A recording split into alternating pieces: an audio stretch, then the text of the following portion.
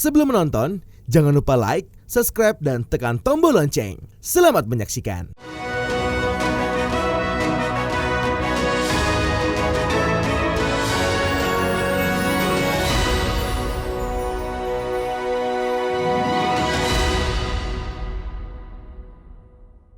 Acara ini dipersembahkan oleh dan didukung oleh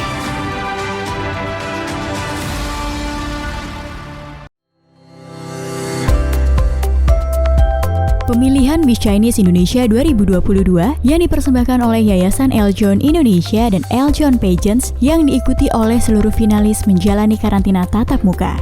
Dalam sesi pembekalan materi, seluruh finalis berkesempatan mengikuti sharing session yang langsung disampaikan oleh Ketua Umum Federasi Olahraga Barongsai Indonesia, FOBI, Bapak Edi Kusuma. Oke teman-teman, mungkin untuk menyapa Pak Edi dan juga Pak Andri, kalian bisa sedikit memberikan yel-yel dulu kali ya Dedi supaya lebih semangat. Silakan. 大家好，我们是2022年印尼华裔美后候选人 Miss Chinese Indonesia 2022 The Truly Beauty Pesona Budaya Peranakan Indonesia. 谢谢。 Oke, terima kasih. Jadi kalau silakan duduk. Ada yang sudah pernah melihat barongsai nggak? Ada. Pernah main ada nggak? Nggak ada. Nah, jadi kalau bosnya barongsai se-Indonesia, organisasinya, ketua umumnya adalah Pak Edi Kusuma. Ya. Beliau ini seorang pengusaha sukses yang sangat humble. Ya, jadi dengan hormat saya minta saya undang beliau hadir di sini untuk menyapa kalian. Beliau berkenan. Jadi luar biasa. Kalau kita cari level seperti beliau untuk mau turun gunung itu susah itu. Jadi terima kasih ya Pak. Pak Edi, makasih.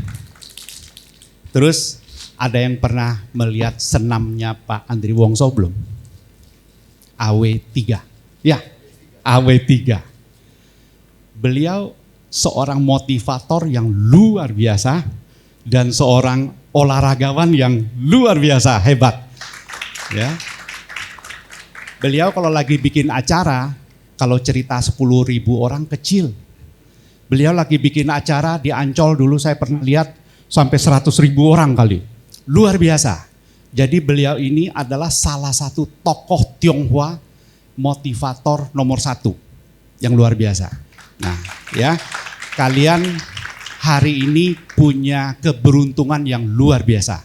Kalian bisa menemukan dua tokoh yang hebat ini.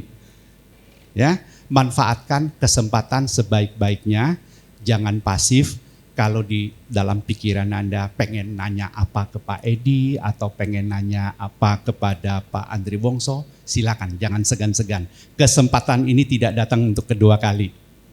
Oke? Ya. Sekarang saya persilakan Pak Edi untuk sharing-sharing, menyapa. Silakan Pak Edi.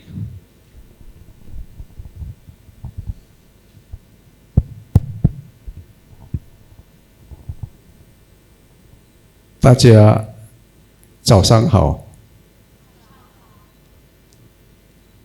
Saya pikir kita Miss Chinese Indonesia pasti sedikit banyak sudah latihan Mandarinnya kali ya.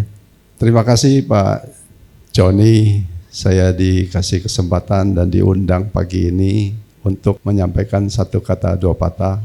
Kebanggaan sih kepada calon-calon kita yang bakal jadi Miss Chinese Indonesia. Ini luar biasa. Saya sebenarnya Pak Joni, saya itu sebenarnya orang pengusaha dagang. Jadi tapi ini hari saya disuruh ngomong. Padahal saya biasanya dagang. Makanya kenapa saya ajak di sebelah saya Pak Andri Wongso yang memang tukang ahlinya. Motivator nomor 1 di Indonesia. Sorry, bukan dunia. Barangkali nantinya jadi dunia ya Pak. dan S3-nya juga menyeluruh Indonesia sekarang. Bahkan mau dipatenkan oleh Jokowi ya, presiden kita. Oke, kembali lagi, saya mungkin ingin menyampaikan ucapan aja kepada calon-calon Miss Indonesia, karena tadi saya juga dengar dari Pak Joni pengarahannya jelas bahwa kita ini semua adalah etnis Tionghoa ya. Jadi suku Tionghoa di Indonesia yang mana sudah cukup sukses di dalam banyak hal. Jadi kalau kalian ini adalah akan menjadi Miss Indonesia Tionghoa ini, Chinese, itu jadi penting buat kita karena nanti tentu akan mewakili daripada suku Tionghoanya di Indonesia. Jadi semua penampilan daripada yang nanti tampil itu adalah mewakili suku Tionghoa. Jadi tentu kita berharap bisa menampilkan yang terbaik daripada suku Tionghoa sehingga nanti menjadi panutan daripada Tionghoa di Indonesia. Karena di Indonesia kita ini sudah cukup banyak contoh berhasil di dalam khususnya di bisnisnya dan tentu juga lain-lainnya. Jadi penampilannya nanti akan menjadi sangat menjadi harapan daripada kita semua. Tadi saya dengar dari Pak Joni bahwa kepercayaan itu adalah yang paling penting di dalam kehidupan kita. Mungkin saya bisa cerita sedikit. Orang tua saya masih kelahiran dari Chungguo. Saya orang Hakka. Mungkin di sini juga ada bagian dari orang Hakka. Dari Malaysian. Dari kecil saya diajarin sama orang tua, dipengaruhi kehidupannya. Sampai ini hari saya masih melekat. Yang diajarin nomor satu memang seperti tadi pengarahannya, harus rajin, harus jujur, harus bisa tanggung jawab dalam hidupnya. Tambah lagi satu lagi sebenarnya adalah saya sering dengar dari Pak Andre Wongso punya motivasi adalah optimis gitu. Nah ini optimis ini penting buat kita, termasuk juga para calon-calon Chinese Indonesia. Saya diajarin dari kecil ya itu aja. Kalau berantem sama orang aja di luar, kita sudah disalahin sama orang tua. Nggak tanya, yo bener atau tidak. Kita salah dulu. Kita bilang, kenapa? Dia yang pukul saya dulu. Nggak mau tahu. Pokoknya kamu berantem, kamu udah salah. Artinya di situ kita jelas orang tua kita nggak mau anaknya bandel, nggak mau anaknya berantem di luar.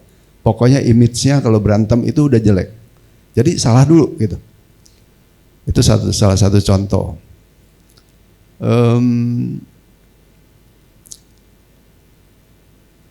Lainnya ya nggak boleh malas. Kalau orang dulu waktu generasi orang tua saya kan masih dari Chungguo itu kan rata-rata hidupnya nggak enak lah. Artinya bilang miskin nggak makan juga enggak gitu. Sehingga semua satu keluarga itu mesti kerja. Nggak ada yang boleh satu ketinggalan di rumah itu yang nggak kerja. Pokoknya yang dari kakak saya yang 15 tahun lebih besar dari saya, ya dia tanggung jawabnya apa. Terus nyusun, saya family-nya 10, sebenarnya lebih dari 10. Itu dari besar yang paling tua sampai yang paling kecil kerja semua. ngomong kasarnya di rumah itu yang bisa ikut dagang, yang di rumah, yang masak, yang mikul air gitu. Jadi nggak ada yang nganggur. Semua harus bekerja. Itu artinya memang dari kecil kita sudah diajarin harus rajin. Sebenarnya memang susah, ya tapi memang susah atau tidak susah, ajarannya harus rajin. Nggak boleh malas. Dan harus jujur tadi, seperti tadi ngomong. Jujur, nggak boleh kalau bilang mendadakan you dapat duit dari mana. Itu akan dipersoalkan di dalam keluarga itu. Misalnya kita, jangan bilang nyolong lah, misalnya kita dikasih sama orang lah gitu, itu aja salah. Dikasih duit sama orang itu salah. Salah Pak. Jadi nggak boleh sembarangan terima duit atau bantuan dari orang. Itu saya nggak tahu, itu orang tua memang kita diajarin seperti gitu. Jadi harus kerja rajin, harus jujur, ya semualah itu. Saya pikir banyak juga sama sih sebenarnya ajarannya, tapi ya kita mungkin perjelas lagi aja bahwa itu ajaran kita dari kecil. Jadi itu ajaran itu sampai sekarang ini mempengaruhi sekali dalam kehidupan kita. Maka kita keluar, kita dagang, seperti tadi yang dibilang, begitu kita janji, itu menjadi barometer benar, kita dipercaya orang enggak. Kalau kita satu kali meleset, itu enggak akan dipercaya orang lagi. Seperti itu kehidupannya. Dan kita membiasakan diri begitu, lama-lama ya kita jadi sudah terbiasa. Nggak boleh bohong, mesti rajin, mesti. Mungkin ada satu yang bisa saya ceritakan adalah waktu saya kecil sekali. Saya nggak tahu, mungkin saya ada sedikit bakat kali yang dari kecil itu kepengennya dagang gitu. Waktu saya masih kecil sekali, mungkin umur berapa ya, 10 tahun gitu. Saya itu dulu di jalanan, saya lahirnya di Lampung ya. Banyak warung-warung rokok gitu. Sebenarnya saya bukan umurnya, tapi saya kepengen dagang, lihat orang ngewarung. Saya ikut ngewarung rokok. Akhirnya saya ditipu. Tapi orang tua saya sebenarnya dia tahu ini sebenarnya bukan waktunya boleh dagang, tapi dibiarkan sama oleh orang tua. Terus kakak saya, ibu saya, kakak saya yang perempuan, ya pasti habis katanya gitu. Orang tua saya bilang apa? Ayah ya, bukan ibu ya. Ayah bilang saya, nggak apa-apa. Biar lu rasain sendiri, kalau sampai lu sukses, lu hebat. Mana mungkin sukses umur 10 tahunan. Yang ada ditipu orang. Panggilan rokok di belakang dicolongin orang. Tapi orang tua saya bilang kesimpulannya adalah, nggak apa-apa, lu jangan takut deh. Lu kalau udah dibohongin orang, ditipu orang, nanti lu sakit hati. Sakit hati, kamu bangkit. Sebenarnya itu inti dia, yang dia cara belajarnya gitu. Jangan takut susah, kamu ditipu, ya nanti kamu ngerti dan kamu sakit hati dan kamu ngerti bagaimana jaga jangan sampai ditipu lagi. Saya nggak tahu itu belajaran itu filosofi seperti begitu. Saya pikir ada masuk akalnya gitu. Jadi ya maksudnya itu supaya kita bisa berpikir bahwa kita itu mesti bisa jaga diri. Bisa. Itu contoh kecil ya.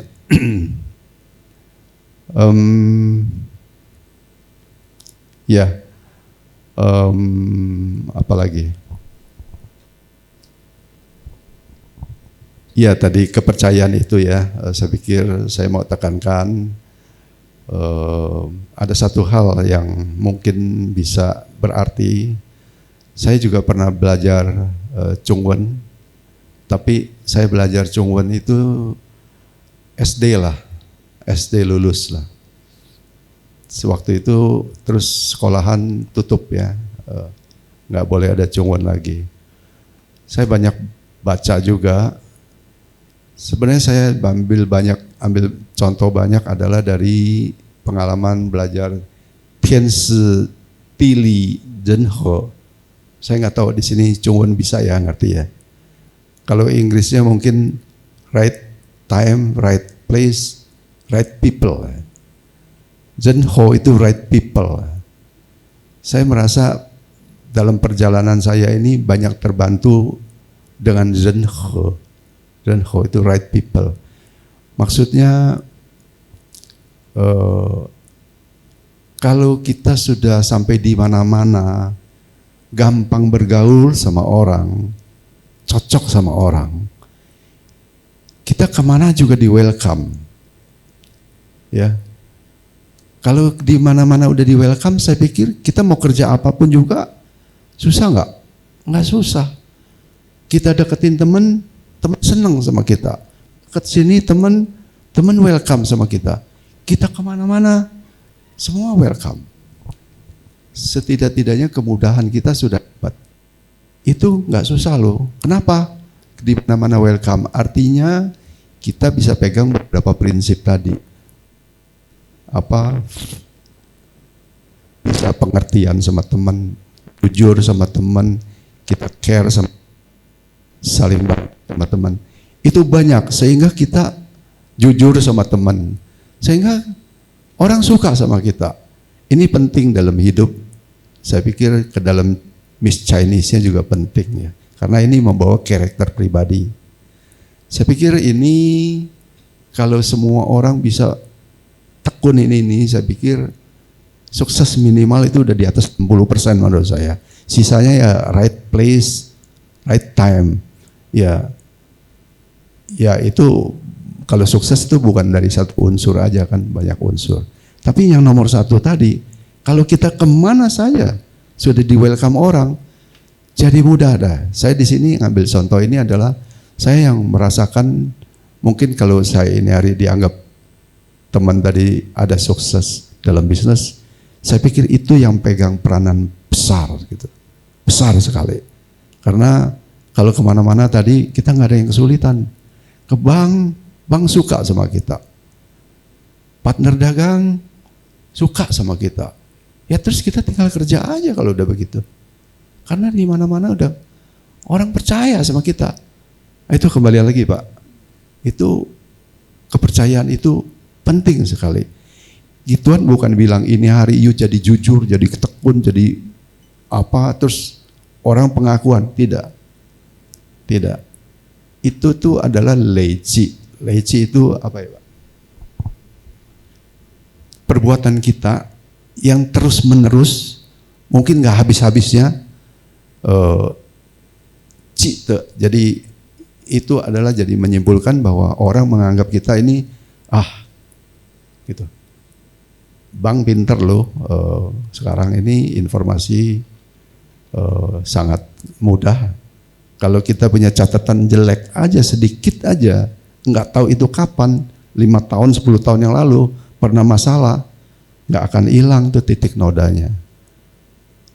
Nah itu tadi yang saya bilang kumpulan daripada perbuatan kita sendiri, itu bukan bisa dibikin-bikin, itu adalah betul-betul real kehidupan aslinya kita, seperti itu. Jadi ini penting Miss Chinese Indonesia kalau bisa membawa karakter itu, saya pikir kemana-mana akan disukain orang. Karena Miss ini kan bukan bilang harus cantik aja kan tadi, harus innernya dan harus karakternya seperti tadi. Saya pikir itu dari saya. Kalau nanti kepengen lebih, kalau ada waktu lebih banyak, kepengen fahamin bisnis, mungkin saya bisa lebih banyak kontribusi kapan-kapan, apalagi nanti udah lihat kita sukses pemilihannya. Welcome Pak Joni, karena dia juga sebagai wakil ketua Barongsai, saya kepengen beliau sama-sama sukses juga di barongsai. Jadi mudah-mudahan nanti Miss kita juga bisa ikut meramaikan barongsai saya nanti gitu. Saya kira demikian. Terima kasih Pak Joni dan selamat berjuang. Semoga sukses gitu. Terima kasih.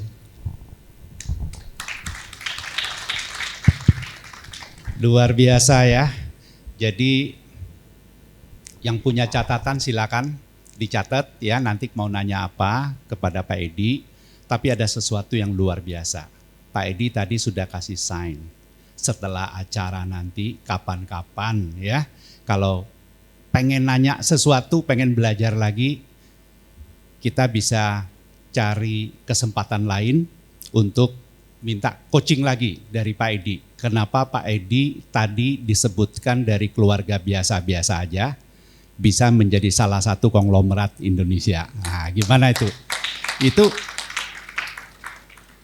saya kira generasi muda seperti kalian harus belajar, harus mendapat insight-nya. Jangan sampai cengeng, jangan sampai wah orang tua saya udah kaya, udah saya seneng-seneng aja hidup saya. Akhirnya kalian punya fighting spirit akan hilang. Ya. Nah, ini kesempatan yang bagus, nanti kita bisa arrange ya. Arrange 2022, 2021, 2020 kita bisa kumpul banyak putri, mungkin 40-50 orang. Kita belajar dari Pak Edi ya, dikasih insight.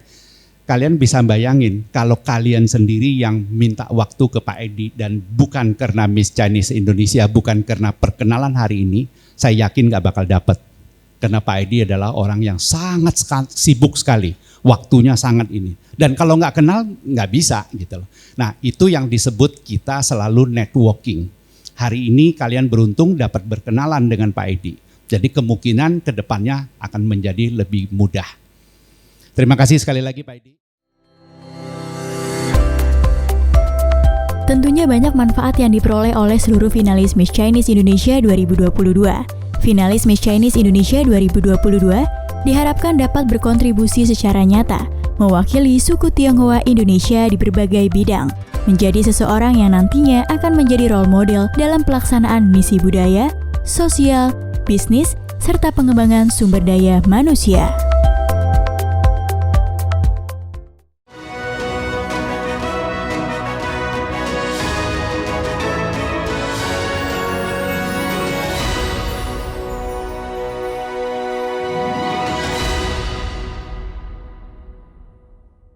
Acara ini dipersembahkan oleh dan didukung oleh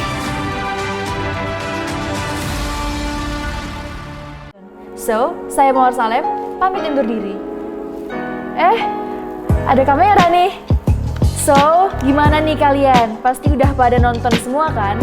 Karena kalian udah nonton, berarti kalian harus like and subscribe ya. See you!